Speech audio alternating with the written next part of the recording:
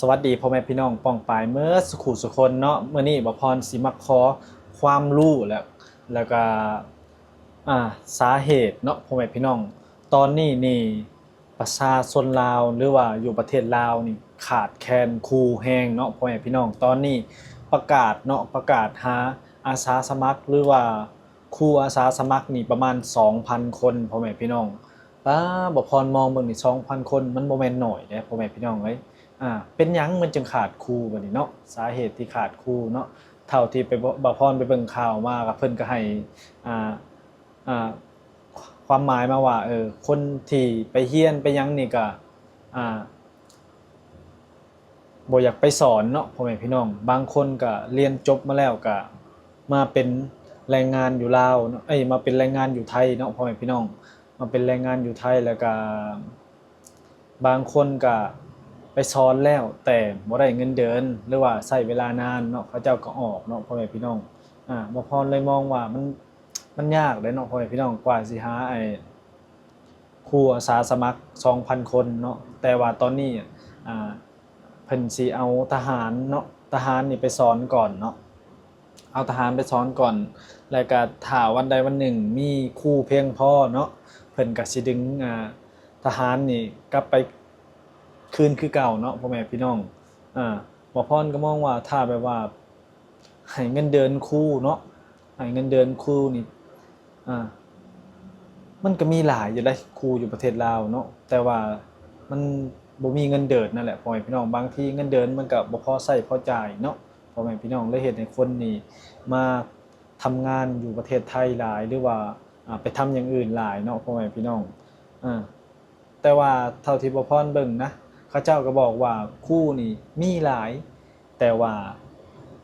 เลือกเนาะเลือกที่จะสอนอยู่ในเมืองเนาะ ถ้าไปอยู่บ้านนอกนี่ครูคนหนึ่งต้องสอนประมาณ7-8วิชาพ่อแม่พี่น้อง7-8วิชาแต่ครูอยู่ในเมืองเนาะสอนวันหนึ่งแค่วิชา2วิชาหรือว่าชั่วโมง1 2ชั่วโมงเองเพราะว่ามันต่างคนก็อ่าอยากอยู่ในเมืองเพิ่นว่าเนาะแล้วก็บ่มีไผอยากออกไปสอนอยู่นอกหรือว่าแถวต่างจังหวัดถ้าคำหมายแบบประเทศไทยนะมันก็เลยเฮ็ดให้ครูนี่อยู่แถวนอกๆห่างไกลจากเมืองน่ะมันขาดแคลนเนาะบ่พรว่าบ่แม่นดอกเนาะบ่พรว่าบ่แม่นเนาะน่าจะเป็นเพราะว่ารายได้มากกว่าบ่พรว่าเนาะอา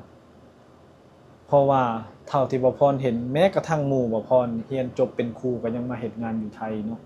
ถ้าให้เงินเดือนเขาเจ้าหรือว่าให้สวัสดิการเขาเจ้าดีๆเนี่ยบ่พรก็เชื่อว่าน่าจะแบบว่าครูก็คือสิบ่ขาดแคลนเนาะอันนี้ก็ความรู้บ่พรก็บ่หลายเนาะพ่อแม่พี่น้องแต่บ่พรก็อยากให้คนลาวนี่ได้เรียนเนาะเพราะว่าตอนนี้นี่เด็กน้อยลาวนี่บ่เข้าโรงเรียนหลายๆพ่อแม่พี่น้องมันมีต้นสายปลายเหตุหลายอย่างเนาะสองมากกว่าความที่แบบว่าเศรษฐกิจในบ้านเมืองก็บ่ดีนั่นแหละเนาะพ่อแม่พี่น้องบางคนก็ เรียนจบแค่ป .1 ป .2 ก็ออกจากโรงเรียนแหละพ่อแม่พี่น้องเด็กน้อยแถวบ้านออกจากโรงเรียนเนาะบ่เรียนต่อเนาะแล้วก็พ่อแม่ก็คือเว้าแหละพ่อแม่อยู่ลาวมันก็เว้าเรื่องแบบว่าฐานะทางด้านสังคมหรือว่าฐานะในเรื่องเงินเรื่องทองก็บ่หลายบางคนก็บ่ค่อยสิใส่ใจลูกเต้าเนาะก็ออกก็ออกเนาะแล้วก็เรื่องครูในโรงเรียนก็มัน บ่เพียงพอเนาะพ่อแม่พี่น้องคือลูกบ่พรนี่ก็คือกันเนาะบ่พรก็ยังบ่ได้ให้ลูกไปโรงเรียนสองมามันก็อ่ามันยุ่งยากหลายอย่างพ่อแม่พี่น้องแล้วก็ครูในโรงเรียนก็มีแค่คนเดียวพ่อแม่พี่น้องครูคนเดียวสอนตั้ง2-3ห้องเนาะมันสิได้ความรู้ส่ำใดเนาะครูคนเดียวสอนเด็กน้อยเบิดหมู่บ้านพ่อแม่พี่น้องนั่นแหละบ่พรก็เลยมองว่าโอ้ยเนาะก็ยังบ่ให้เข้าดอก ช่องมากับมันใกล้น้ำเนาะใกล้น้ำใกล้หยังญาติบ่มีคนเบิ่งคนดูแลเพราะว่าครูก็บ่เพียงพอนะพ่อแม่พี่น้องเอ้ยนั่นแหละบ่พรเบิ่งตอนนี้ก็เพิ่นก็สิเริ่มเอาตำรวจทหารไปสอนก่อนเนาะแต่ว่าคุณภาพมันสิได้บ่เนาะสิได้คือครูที่เพิ่นเรียนจบมาบ่เนาะแต่ว่าคือเว้าแล้วเพิ่นก็หาวิธีแก้ไขก่อนเนาะเพราะว่า ตามบ้านนอกอยู่ลาวนี่โอ้ยตามชนบทบ้านนอกแห่งกันดารนะพ่อแม่พี่น้องเอ้ยโรงเรียนนี่โอ้ยเนาะอ่ายิ่งแตกต่างกับอยู่ไทยเนาะอยู่ไทยก็ถามว่ามีบ่เนาะอาจจะมีนิดหนึ่งเนาะนิดหนึ่งหรือว่าอยู่บนดอยไกลๆอาจจะมีอยู่นิดหนึ่งเนาะแต่บ่พรก็ยังมองว่าน่าจะดีกว่าอยู่ลาวอยู่ดอกเนาะอยู่ลาวนี่มันขาดแคลนแฮงเนาะพ่อแม่พี่น้องครูขาดแคลน2,000คนเนาะพ่อแม่พี่น้อง อ่า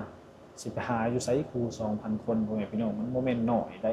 มันบ่แม่นว่าละร้อยละได้เนาะป๊าตก2,000คนเนาะอืมคือว่าหั้นแหล้วอยู่ลาวนี่เวลาถ้าอยู่ไปไกลๆจริงๆมันก็เป็นตาย้านนะพ่อแม่พี่น้องนี่เพราะว่าขนาดในเมืองนี่มันก็ยังแบบว่าความเจริญมันก็ยังแบบอ่ามันบ่คือกรุงเทพกรุงไทยเนาะอ่าบัดนี้ถ้าเราไปอยู่ตามป่าตามดอนนี่ครูอาสาสมัครเพิ่นก็บ่อยากไปก็บ่ติหนึ่งมาก็เรื่องเงินเดือนบ่พรว่าเนาะเรื่องเงินเดือนก็เดือนหนึ่งก็ประมาณ1,000-2,000 บาทมันก็ใช้จ่ายบ่พอเนาะถ้าใช้จ่ายบ่พอบัดนี้คนเฮามันต้องกินต้องใช้เนาะพ่อแม่พี่น้องใช้จ่ายบ่พอเฮาต้องเอาเงินตัวเองเนี่ยออกมาใช้มาจ่ายบัดนี้ออกมาซื้อทุกสิ่งทุกอย่างบางคนสอนไปปี2ปียังบ่ได้เงินนี่เขาก็ลาออกเนาะเขาก็ไปหาแนวอื่นเฮ็ดหรือว่าเป็นคนว่างงานหรือว่าอ่าเป็นคนที่บ่มีอาชีพเนาะแต่ว่าถ้าจะเรียกร้องให้เขาเจ้ากลับไปสอนมันก็ยากเด้เพราะว่ามันบ่มีรายได้บ่พรมองว่าน่าจะเพิ่มเงินเดือนให้ขึ้นสักหน่อยหนึงเนาะเพราะว่าครูอาจารย์เนี่ยมันก็เป็นสิ่งสำคัญต่อเยาวชนต่อเด็กน้อยเนาะถ้าขาดตรงนี้ไปมันก็สิเฮ็ดให้อ่าเด็กน้อยหรือว่าเด็กนักเรียนนี่มันสิด้อยการพัฒนาด้อยโอกาสแล้วก็ความฉลาดมันก็สิบ่ได้มาตรฐานเนาะพ่อแม่พี่น้องมันก็สิเฮ็ดให้ประเทศเฮานี่สังคมยุคใหม่มันก็สิเฮ็ดให้พัฒนาช้าเพราะถ้าเด็กน้อยบ่มีการเรียนหรือก็บ่มีการศึกษาที่สูงพอเนาะพ่อแม่พี่น้องมันก็สิเฮ็ดให้ประเทศเฮานี่บ่พัฒนาเนาะอย่างเช่นคือประเทศไทยเห็นบ่เด็กน้อยนี่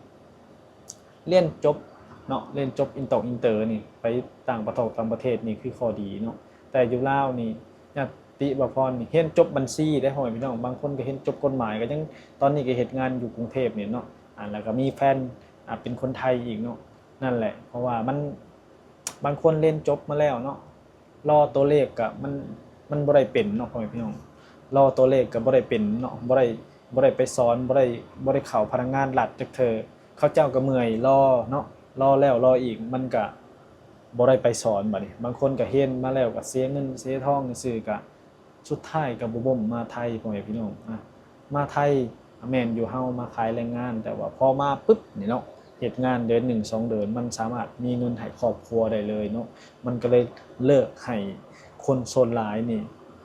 ออกจากการเป็นพนักงานรัฐเนาะเพราะว่ามันสู่มาเฮ็ดงานขายแรงงานบ่ได้เนาะพ่อแม่พี่น้องนั่นแหละมันก็เลยตอนนี้ก็เลยเฮ็ดให้อ่าครูบาอาจารย์อยู่ประเทศลาวนี่ขาดแคลนแฮงขาด 2,000 คนพ่อแม่พี่น้องเอ้ยมันบ่แม่นน้อยๆได้อ่า เนาะครูบาอาจารย์ขาด 2,000 คนนั่นแหละหมอพรก็มองแบบนี้ว่าน่าจะเป็นเพราะว่าเรื่องเงินเดือนหลายกว่าเนาะพ่อแม่พี่น้องพี่น้องคนไทยคิดว่าแนวใดหรือว่าอีพ่ออีแม่ที่ว่ามีความรู้ความสามารถก็ช่วยแบบว่าอธิบายให้บ่พรหรือว่าคิดว่าเหตุการณ์แบบนี้มันเกิดย้อนหยังครูบาอาจารย์จึงขาดแคลนในประเทศเนาะพ่อแม่พี่น้องเข้ามาแล้วก็แสดงความคิดความเห็นได้เด้อ